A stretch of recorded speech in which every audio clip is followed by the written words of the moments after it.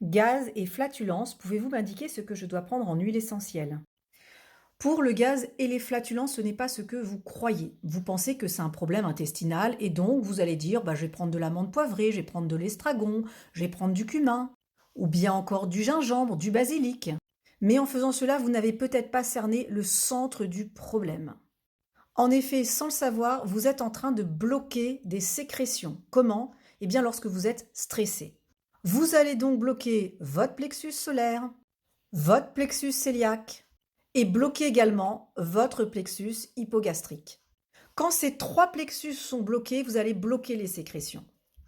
Et quand vous bloquez les sécrétions, vous bloquez la motricité. Donc, il va y avoir quoi? Il va y avoir un phénomène de fermentation.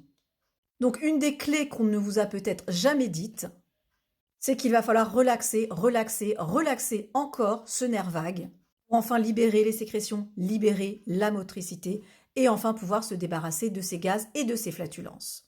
Donc il existe de nombreuses huiles essentielles pour venir un petit peu relâcher ce nerf vague, relâcher les sécrétions, la motricité, etc. pour enfin avoir une digestion tranquille, sans flatulence et sans gaz. Alors, je vais vous nommer 3 huiles essentielles qui peuvent vous aider plus spécifiquement sur cette notion de flatulence et de gaz en lien avec le stress et la digestion.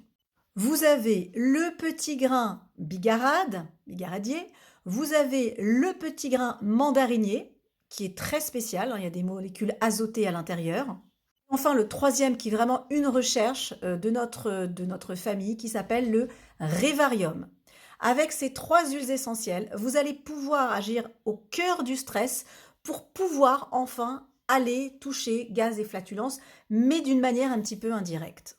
Donc votre basilic, votre carvi, votre menthe poivrée, c'est très bien, mais si vous n'avez pas ou peu ou pas assez de résultats, peut-être qu'il faut aller voir cette origine. Et si vous vous reconnaissez dans cette origine qui est liée avec le stress, ce stress qui vient, on l'a dit, bloquer le nerf vague, bloquer les sécrétions et donc bloquer la motricité. Et donc là, on a peut-être un jeu de cartes à tirer, on a peut-être un joker avec ces 3 huiles essentielles. Petit grain bigarade, petit grain mandarinier et le Revarium. Alors comment est-ce qu'on va utiliser ces 3 huiles essentielles? Eh bien, je vous donne la suite dans une deuxième vidéo. Si vous êtes intéressé, il suffit de marquer sous cette vidéo partie 2 et on va voir la suite.